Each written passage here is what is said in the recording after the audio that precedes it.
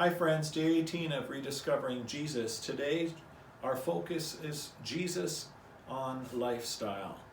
Notice that throughout the scriptures, God always places a priority on people. He's not interested in timing. He's not interested in focusing on other things. Rather, he is interested in focusing on people. And God's priority is to live the gospel value and the impact on people. How do decisions impact people? How do our choices impact people? How does the way we speak impact people? How is the way that I spend my money impacting people? Are my priorities God's priorities? A very important question, I know, in my life, because each of us have been given 24 hours in a day. How do I spend that 24 hours? Doesn't matter how much money I have, doesn't matter how busy I am, doesn't matter my education level, my vocation in life. How I spend my 24 hours and how you spend your 24 hours is paramount to show us what we set as a priority. And do my priorities fit God's priorities? Matthew asks us the question, what are the best things in our life right now? I think for many of us, if we really ask ourselves the question, they focus on stuff, things that I have earned or saved up for, my house, a cottage, a vehicle, a timeshare, Maple Leaf season tickets. For each of us, when we think about things that we have, sure, they may bring us some happiness, but if I don't share those with others, then am I really happy in my large house by myself? Do I actually value time at the cottage by myself? If I only go to the hockey games by myself, do I experience the same joy? Now, in some cases, yeah, we all need a break, whether you're an introvert or an extrovert. But over a longer period of time, it's really an important question for us to ask ourselves. So the question is it actually things or people that we should be valuing? How many of us can say that they have a really good friend that they can confide in? Or perhaps even a circle of friends?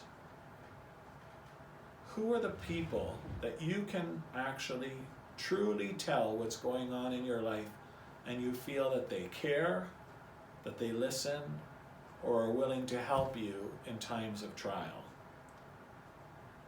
Is this not what truly brings us joy? Is this not what young people are constantly struggling to achieve? A sense of self-worth, a sense of fitting in. And for some of us, even though we're now only young at heart, this continues to be a daily struggle. Matthew talks about how we spend our money, and our spending also reflects, do I value people? I love when I hear about businesses locally and abroad that focus on fair trade, whether it's coffee or other items, where they truly place a value on the person on the other end of either producing that good or producing that service. This idea of a just wage, that we are meeting human standards. This idea of caring about the person who's in the sweatshop in Asia making our shoes. Am I willing to pay a little bit more so that their standard of living comes up? Right now, we're obsessed with what's going on in Ukraine, and it's important that we do that. But there's also many other financial injustices that take place when we shop for the cheapest price, which most of the time isn't really going to affect our life, but it has a drastic effect on our brothers and sisters globally.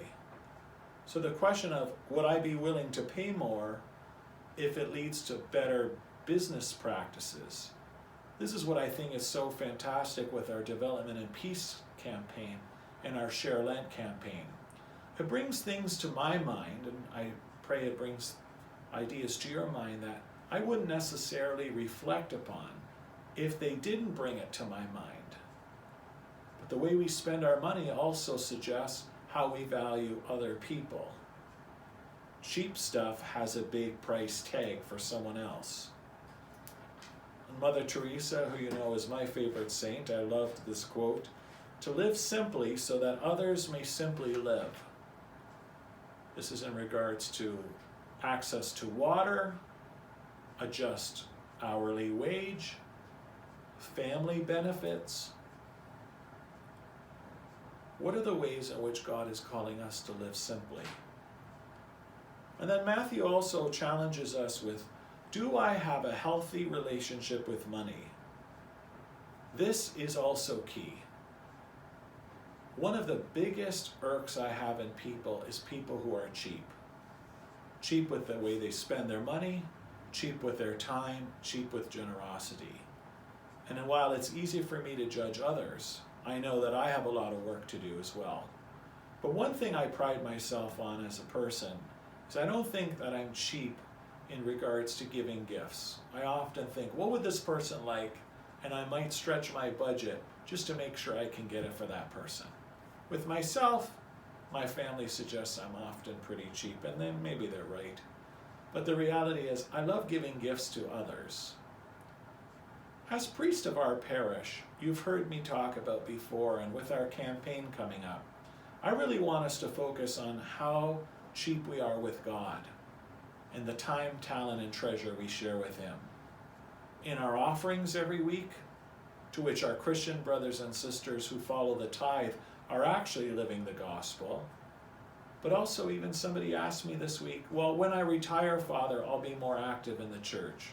Retire? God only deserves our time when we have time to spare. No matter how big my family is, no matter how many hours I work, no matter how much money or how little I have, I should be giving that 10% to God, because as Matthew says, everything I have comes from God. Everything I have comes from God. We might say that, but does our spending of our money dictate that?